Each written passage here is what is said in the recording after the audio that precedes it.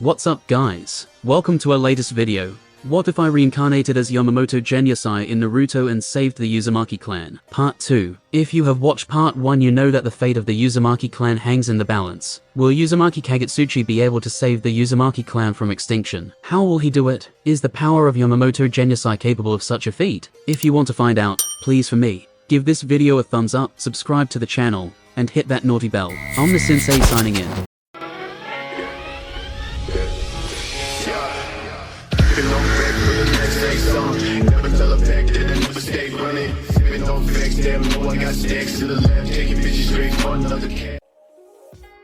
After an extensive period of anticipation, lasting nearly an hour, the ships bearing skilled ninjas hailing from 3 significant villages finally reached the shores of the Uzumaki country. Raiden, the esteemed commander of Kumogaka and appointed leader of the Alliance army, spoke with a firm yet composed tone, instructing his troops to disembark from the ship in an orderly fashion and maintain their formation as they set foot on the shore. It was decided that a sole leader would be responsible for the operation, as multiple leaders could cause confusion and disarray within the army. In an impressively efficient manner, the highly trained ninjas managed to assume their designated positions and align themselves according to the formation specified by their respected superiors within a brief time frame of just 15 minutes. Raiden, with an authoritative tone, issued a crucial directive to the sensory ninjas, instructing them to carry out a meticulous search to identify any possible ambushes that the enemy may have set up to mitigate any potential risks and ensure the safety of the troops. Upon receiving the order, the sensory ninja promptly proceeded to execute the search. However, their findings left them astounded.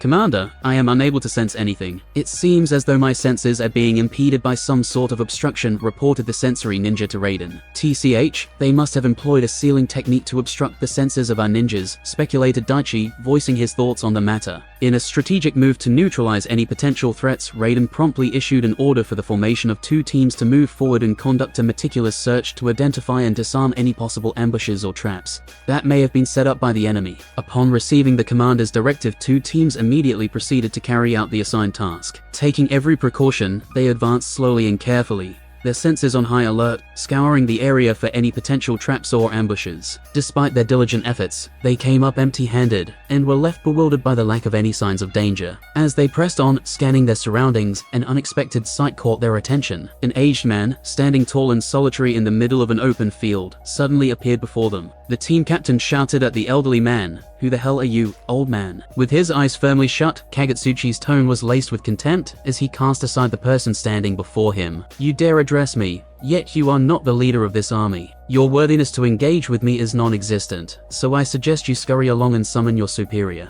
His words were brimming with disdain, leaving no room for any further discussion or negotiation. The team captain's countenance contorted into a visage of rage upon hearing the contemptuous tone of the elderly man. "Regardless, our objective here is to obliterate the Uzumaki family. So even if I were to kill you, no one would care, and I would not be held accountable." The captain spat out with venom in his voice. With a sudden burst of aggression, he unsheathed his sword and lunged at Kagetsuchi. The tip of his blade was mere centimeters from the old man, when a tremendous force struck him, rendering him motionless. Kagetsuchi balled his fist and delivered a powerful blow to the captain's face, causing it to explode in a gruesome display of violence. The entire sequence of events occurred within a matter of moments, leaving those who witnessed it stunned and unable to react. In just a few brief moments, the team had lost one of their elite jonin, without even having the opportunity to fight back. Uzumaki Kagetsuchi spoke with an indifferent tone, presenting 2 options. Either the individual faces death by Kagetsuchi's hand, or they can leave and contact their leader. Realizing they were no match for the elderly man, the remaining people decided to retreat and report their encounter to their commander. One of the team members reported to the commander,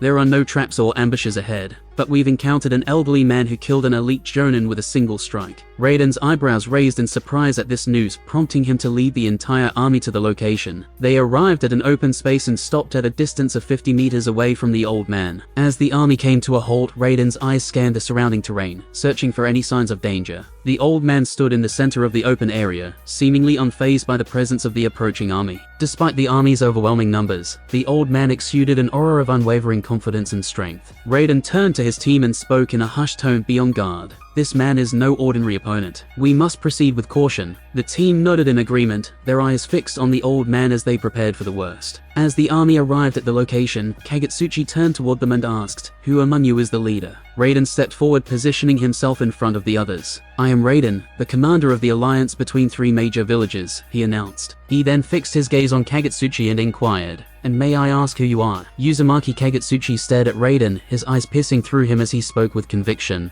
"I am Uzumaki Kagetsuchi, and in this country of the Uzumaki, my words hold supreme power. None shall defy them." His words hung in the air, a heavy silence settling over the area as both parties stood at a standstill. Raiden inquired, "Have you and your Uzumaki family decided on whether you are willing to meet our demands?" With a cold tone, Uzumaki Kagetsuchi stated, "Understand your position, maggot. You and your comrades are nothing more than mere bugs to me, and I can squash you at any time I wish. Speaking to me is something you can only boast about after your demise." Raiden's voice carried a tone of anger as he spoke. "Old man, I urge you not to go too far. It would be wise for you to gather all the ninjas from your Uzumaki family and retire to the safety of your coffin, where you truly belong." His words were sharp and carried a sense of warning, a clear indication that he was not to be trifled with. Uzumaki Kagetsuchi responded in a monotone voice, "Haven't you heard? When it comes to eradicating bugs like you, I alone am more than enough. Is that so?" Raiden retorted, a hint of challenge in his voice. "Then allow me to demonstrate what happens when thousands of bugs swarm and sting their target." With those words, he swiftly commanded his team to launch a volley of shurikens and kunes at Kagetsuchi. Upon receiving orders from their commander,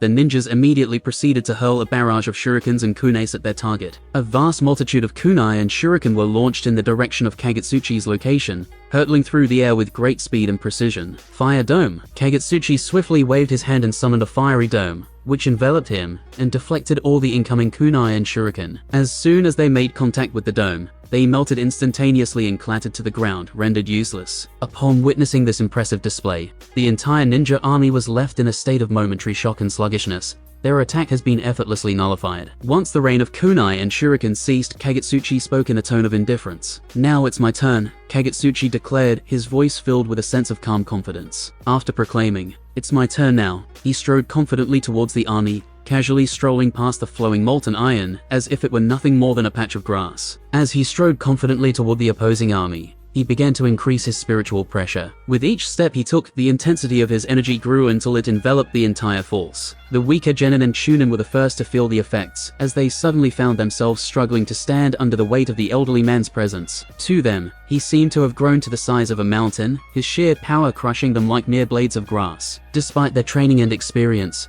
the majority of the genin were forced down to their knees under immense pressure. And even more than half of the chunin were unable to resist the force, and were forced down as well. The elite chunin were able to maintain their stance, but even they found themselves struggling against the sheer force of the man's energy. Their movements were severely impeded, and they found themselves unable to engage in combat due to the intensity of the pressure. Only the most experienced warriors, the jonin and above, possessed the fortitude to withstand the pressure. Though even they found themselves struggling with the effects of the energy, it was clear that they were the only ones capable of engaging in combat against this formidable foe. The elderly man had demonstrated his immense power, and it was clear that he would not be taken lightly. As they beheld this scene, the leaders of the 3 major villages were left utterly astounded. They could scarcely believe that a seemingly frail elderly man had managed to defeat nearly 98% of the opposing army, with nothing more than his sheer pressure. At that moment, Kai's voice shattered the silence. "Look upwards," he cried, and everyone turned their gaze skyward. But what they saw there filled them with a deep and abiding sense of horror.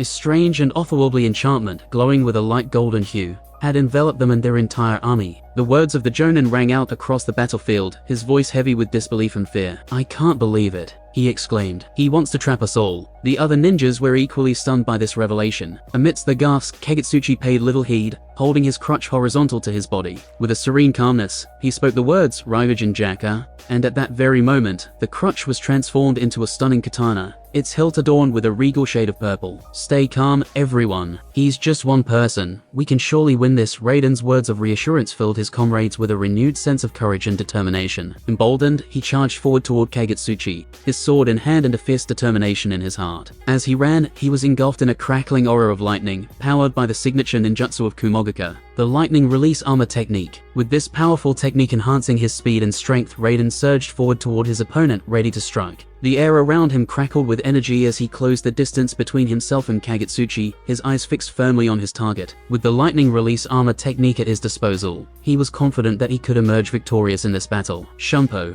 Kagutsuchi cried out, utilizing the technique to instantly appear right in front of Raiden. He swiftly attacked with his Ryujin Jaka, catching Raiden off guard. However, being a quasi-shadow level powerhouse, Raiden quickly regained his composure and attempted to parry Kagutsuchi's attack. To his shock and horror, Raiden discovered that the old man possessed incredible physical strength, which sent him staggering backward with a step. Even worse, Raiden realized that his sword had sustained multiple cracks from the force of the impact. Kagutsuchi was not to be underestimated, and Raiden knew that he would need to be at his best if he hoped to emerge victorious in this battle. Kagutsuchi pressed on with his attack, unleashing a powerful fire slash, even though his Ryujin Jaka was not yet in its Shikai form. Even without the weapon's full power at his disposal, the heat emanating from the blade was intense enough to be taken seriously. Once again, Raiden attempted to parry Kagutsuchi's attack with his sword. However, this time was different. With a swift and precise strike, Ryujin Jaka sliced right through Raiden's sword, separating Raiden's body. Before Raiden's severed body could even hit the ground, it was engulfed in a massive wave of fire, leaving nothing but ash in its wake. As the flames subsided, the melted remains of Raiden's sword lay on the ground, a testament to the overwhelming power of Kagutsuchi's Ryujin Jaka. Anyone who witnessed the scene would be stunned by the sight of the sword, which had been melted in half at the point where it was cut. It was clear that Kagutsuchi was a force to be reckoned with, and that any who stood in his path would meet a fiery end. The entire sequence of events had transpired in an instant, leaving those who had witnessed it stunned and unable to react. The speed and power of Kagutsuchi's attack had been overwhelming, and the devastating effect it had on Raiden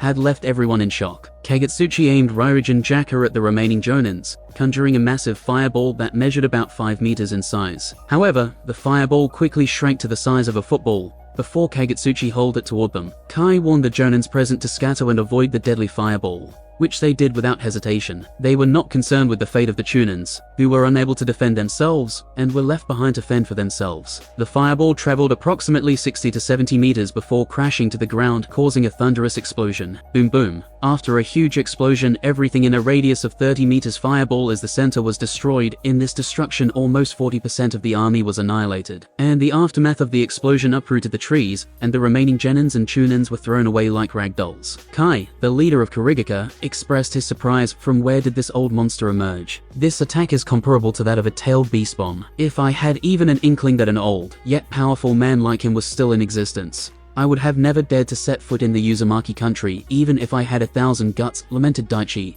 the esteemed leader of Iwagaka. Despite the explosion, Kagutsuchi remained indifferent and continued his deadly rampage. He materialized before a Jonin and killed them in a single swift strike. Then, he utilized Shumpo to move to another Jonin, and repeated the same ruthless process. With each appearance, someone was sure to meet their demise. Kagutsuchi's movements were so rapid that it seemed as if he was manipulating space with ninjutsu. The terror-stricken Jonin continued to flee in a desperate attempt to escape from Kagutsuchi's deadly wrath. "We cannot confront this beast. He is more powerful than anything we have ever encountered," said one of the Jonin as they ran. Kagutsuchi was ruthless and showed no mercy. He swiftly materialized in front of a Jonin, took their life with a single deadly blow, and disappeared in a blur of motion. The other Jonin watched in horror as their comrade fell to the ground, lifeless. As the massacre continued, panic and chaos spread like wildfire. Everywhere Kagutsuchi appeared, people ran in fear for their lives. His movements were so fast that it was as if he was manipulating space and time to move from one place to another, taking the lives of anyone in his path. It was a scene of unimaginable horror, and the people were powerless to stop it. Observing that many Genins and Chunins had managed to escape from his spiritual pressure due to the explosion, Kagutsuchi quickly decided to decrease their numbers. He gripped his mighty Ryujin Jaka,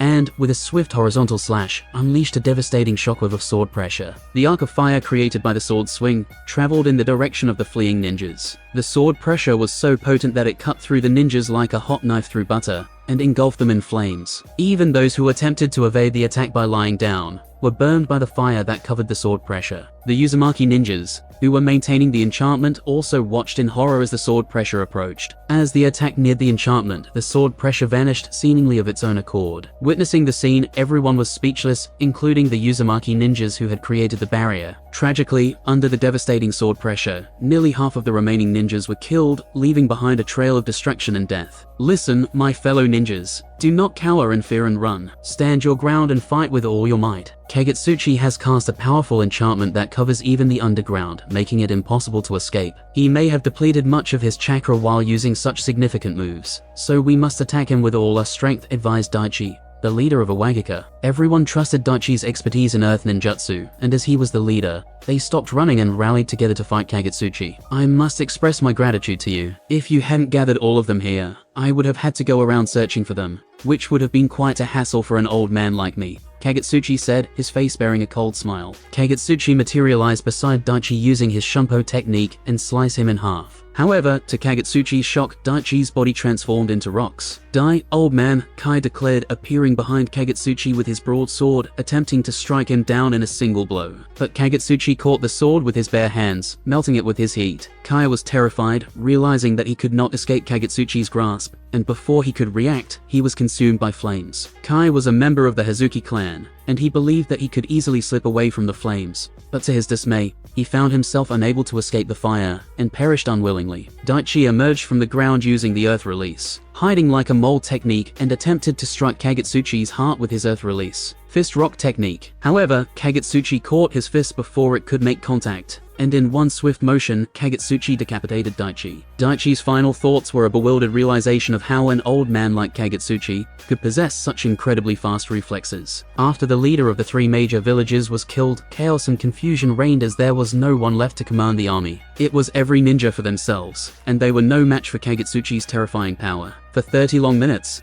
the sound of screams and the clash of steel filled the air as Kagetsuchi ruthlessly slaughtered anyone who dared to oppose him. Finally, he stopped and surveyed the destruction he had caused. Memories of his past flooded his mind as he looked upon the aftermath of the battle. Meanwhile, the elders and all the ninjas of the Uzumaki family who were maintaining the enchantment were stunned beyond belief. They could hardly comprehend what they had witnessed in just 1 hour. The complete annihilation of the armies of the three major villages. Not a single soul had survived. Just an hour earlier, they had been filled with dread and uncertainty, wondering if they would make it out alive. Now, they were left to grapple with the reality of their newfound safety, and the horror of the cost at which it had come. Kagetsuchi was faced with a group of other jonins and elders as they approached, the sound of their footsteps echoing on the ground. The first elder expressed gratitude towards Kagetsuchi for rescuing both the Uzumaki family and the Uzumaki country, saying, "Thank you, Elder Kagetsuchi." The second elder acknowledged Kagetsuchi's crucial role in the rescue, admitting, "I can't even imagine what would have happened if you hadn't been there. Keep your flattery to yourself. This is also my family, so I don't need your thank you," said Uzumaki Kagetsuchi with a cold expression. Kagetsuchi further asked, "What about the eyeliners from different major villages? Did you let them watch everything?" The first elder confirmed that they followed Kagetsuchi's orders to allow the outsiders to witness the battle, but then proceeded to capture all of them, including those who were monitoring the Uzumaki family compound. The elder stated, "Yes, as per your instructions, we allowed them to witness the battle. However, we captured all of them afterward, including the ones monitoring the Uzumaki family compound. The ninja teams consisting of jonins and chunins who were with us carried out the operation." Kagetsuchi inquired whether Patriarch had been informed about the situation, asking, "Have you informed Mitsuo about this?" "We have sent someone to inform the Patriarch," said the third elder. "All right, assemble in the meeting room after 3 hours. Now, do whatever you need to do," Kagetsuchi said before walking over to the nearest rock and sitting down, closing his eyes. He had used up almost 80% of his Ryatsu in the battle. Kagetsuchi sighed, realizing that with only 30% progress on Captain Yamamoto's template, this outcome was inevitable. If the progress had been at 100%, then the battle wouldn't have even been worth breaking a sweat over. "I can sense that once the template reaches 50% progress, I'll be able to awaken the Shikai of Ryujin Jaka," he thought to himself. At the same time inside the Uzumaki village, Uzumaki Mitsuo paced back and forth, feeling tense about the battle that was taking place outside. "Swish Patriarch, I have good news. We won." Master Kagetsuchi defeated the alliance of three major villages on his own, leaving none of their ninjas alive, reported the ninja, who was sent to deliver the news of Uzumaki Kagetsuchi's victory.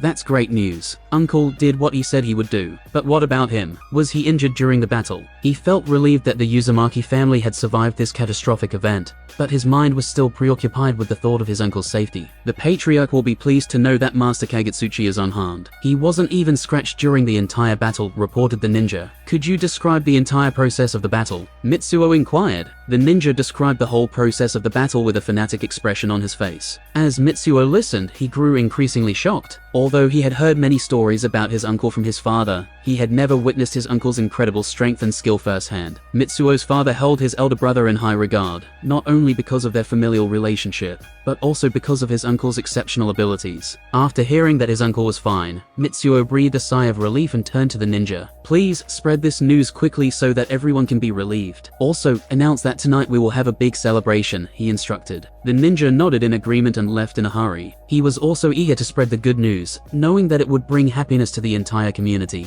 Within half an hour, every member of the Uzumaki family knew that they were safe, and the threat that had been looming over them was gone. Everyone was filled with happiness and danced in joy. As people gathered throughout the Uzumaki village, they couldn't help but marvel at the incredible strength and bravery of the patriarch's uncle. He is like a god to us. He saved us all, remarked one person. And not only did he save us, but he also punished those bastards, added another. I just want to meet him and personally thank him, chimed in a third. Similar discussions took place in every corner of the village, as everyone felt genuinely grateful and joyous for their deliverance. 3 hours later, Kagutsuchi, clad in his Shinigami outfit, sat with a calm expression on his face in the main seat in the meeting room of the Uzumaki family. Beside him, the patriarch, Uzumaki Mitsuo, sat with a look of reverence and gratitude towards his uncle. All 4 elders and elite jonin were also present, sitting parallel to each other, their faces displaying a mix of admiration and astonishment at the heroism displayed by Kagutsuchi in defeating the 3 major villages single-handedly. The first elder asked Kagutsuchi, Master Kagutsuchi, should I bring in all the prisoners we have captured, including the eyeliner?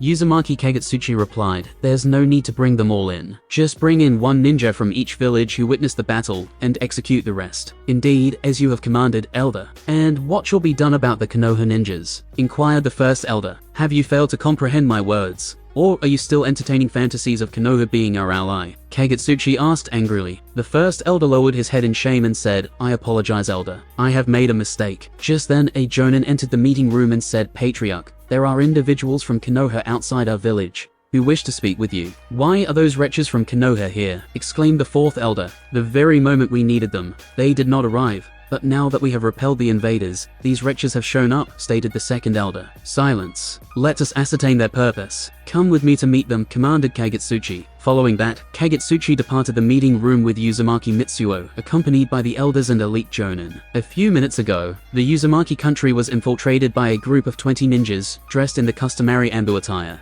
The leader, who had white hair and wore a mask on his face, spoke to the group, as we approach the Uzumaki country, stay vigilant for potential ambushes or traps. Our top priority is to rescue any survivors and obtain all of the sealing techniques belonging to the Uzumaki family. We cannot allow these techniques to be acquired by other villages. Understood, Captain Whitefang, replied the other members of the team. If the 3 major villages have taken any captives, what should our course of action be? Inquired a member of the Ambu team. Attempt to rescue the survivors. But if it proves unfeasible, then Whitefang didn't finish his sentence, yet everyone present comprehended the implication. Following Whitefang's statement, the team proceeded in silence, exercising the utmost caution and vigilance as they made their way toward the Uzumaki country. Upon arriving at the outskirts of the Uzumaki village, they were taken aback by the sight before them. The houses were intact, and the inhabitants were moving about with smiles on their faces. This was in stark contrast to the team's expectations, as they had envisioned ruined houses, people crying and running for their lives. The reality they encountered was entirely different and opposite to what they had imagined. Let's halt here and conduct an investigation first to determine what has occurred before proceeding, stated Whitefang. Agreed.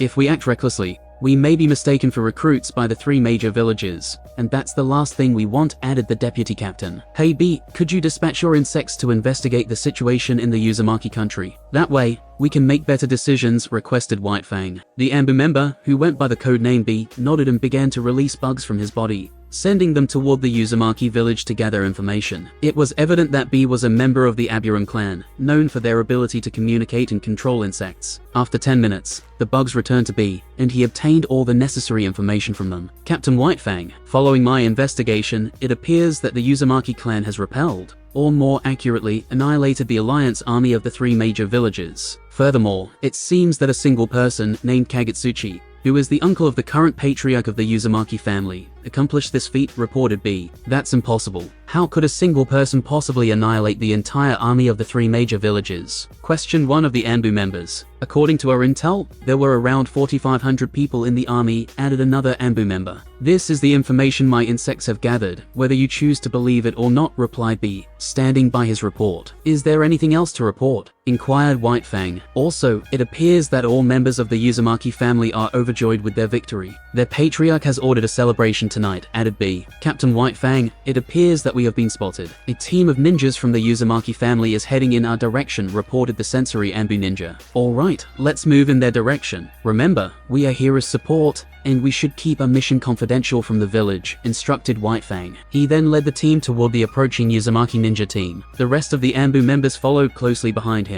The 2 teams finally met, and the leader of the Uzumaki ninja wasted no time in asking, "Who are you? And what is your purpose for entering the Uzumaki country?" White Fang stepped forward and removed his mask. He introduced himself, saying, "My name is Haddock Tsukumo, and I am here to support the Uzumaki village on behalf of the Konoha village." The leading jonin of the Uzumaki village responded with disdain, "Support? Support what? The dead bodies of our Uzumaki family or the sealing techniques of our Uzumaki family?" His contemptuous expression never wavered. "I assure you, we have no other motives but to support the Uzumaki village," said Tsukumo, even though it wasn't entirely true. Admitting their true intentions could cause a permanent rift between Konoha and Uzumaki. The jonin leader simply huffed and remained silent towards Tsukumo's explanation. He then turned to one of his ninjas and instructed, "Go and inform the patriarch of this." The ninja promptly left to relay the message to their leader. Uzumaki Kagetsuchi arrived with Mitsuo, the elders, and the elite jonins. After a brief wait, Kagetsuchi took the lead and addressed the head jonin, saying, "Please brief me on everything you know about the Konoha ninjas." "Of course, Master Kagetsuchi," replied the jonin, bowing before addressing him further. "The Konoha ninjas arrived in the Uzumaki country half an hour ago and stopped in front of our village, after traveling for 20 minutes. They seemed confused, and one of their ninjas sent bugs to scout our village. When we confronted them and asked about their purpose, they claimed to be there to support us. However, I sensed through my Kagura Heart Eye ability that they were lying." Upon hearing the jonin leader's words, Tsukumo felt embarrassed. He remembered that only those from the Uzumaki family could awaken the Kagura Heart Eye ability, but he did not expect that this particular jonin had awakened the ability and had been keeping a close eye on their every move. Uzumaki Kagetsuchi looked at Tsukumo and spoke, "If my assumption is correct, your main objective must be to collect all the sealing techniques of our Uzumaki family and save any survivors if possible." Tsukumo replied, "We would have saved any survivors we found." Kagetsuchi asked, "What if they were captured by the enemy? Would you still save them or let them die?" Without any hesitation, Tsukumo replied, "We would try our best to save any members of the Uzumaki family." Kagetsuchi posed another question. "What if you cannot save them, but have a chance to kill them? What will you do?" The deputy captain replied, "Why would we kill them? We will do our utmost to save them." Tsukumo gazed at the deputy captain with a stern expression. The deputy captain realized that if he had stayed silent, they might not have suspected anything. But now that he had spoken, Kagetsuchi would know that he was lying. Kagetsuchi chuckled at them and said, "I feel sorry for you, having such unreliable teammates." That's the end of part 2 of the story. If you liked what you watched, let us know by giving us a thumbs up, subscribing to the channel, and hitting the notification bell to make sure you don't miss the next part. Have a great day. This is Onma Sensei signing off.